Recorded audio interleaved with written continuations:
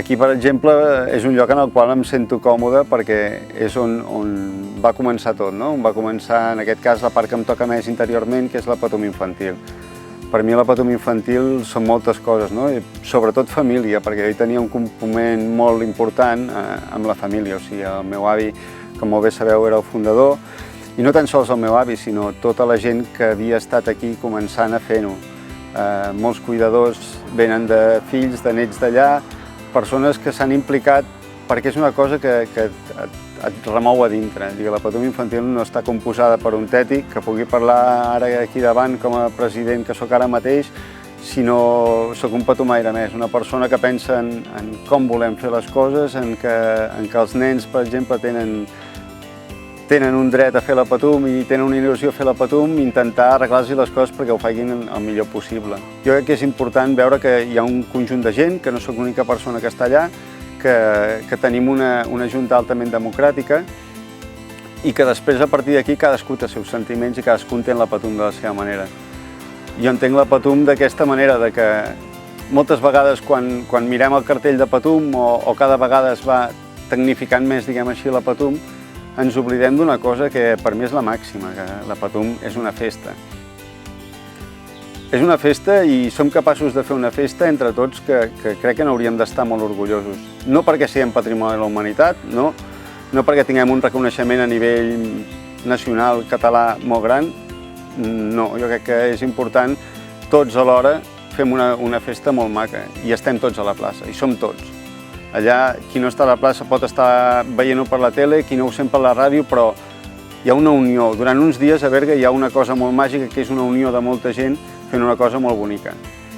I és potser el llegat que tinc de tot plegat, i també són els sentiments que tinc de tot plegat, de que per sort el meu avi i les persones que estaven llavors portant la festa ens van inculcar molt uns valors d'això, d'intentem, canviem, evolucionem. En el seu moment, el meu avi, jo recordo que era de reunió, i el meu cosí també hi era, per exemple, escolta'm, hauríem de mirar que tots els nens poguessin fer la Patum, i si no haurem de fer un sorteig, però la manera que ho fèiem potser no era justa, no?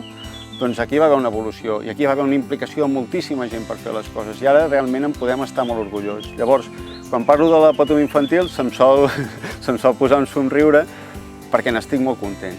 Els records d'aquí on soc em venen molt donats per les vivències i per les històries del meu avi primer i la meva àvia i després de la meva mare i tots els que van viure aquí.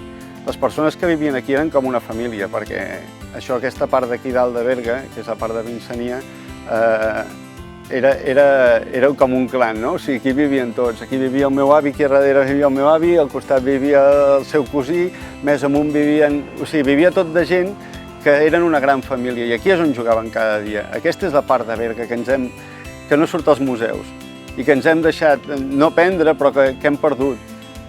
Veure l'edifici com està ara, veure com està així gairebé en runes i que qualsevol dia pot caure, no caurà un edifici, cauran moltes coses més. M'agradaria veure això ple de gent, m'agradaria veure la gent saltant aquí una Patum improvisada com va començar tot, i per veure m'agradaria veure el meu avi i el meu besavi sentats en aquella pedra, que era la seva pedra, però en realitat és això. Tot el que hi ha aquí intentem traspassar-ho, però tots els records que hi ha aquí són immensos. Hi pujo sovint, tant jo com la meva família, pugem aquí sovint, perquè és un lloc que ens el fem familiar, que sense tenir res nostre, perquè no hi ha res nostre aquí, tenim una petita part d'aquesta pedra, d'aquesta porta, d'aquesta finestra, que està dintre nostra.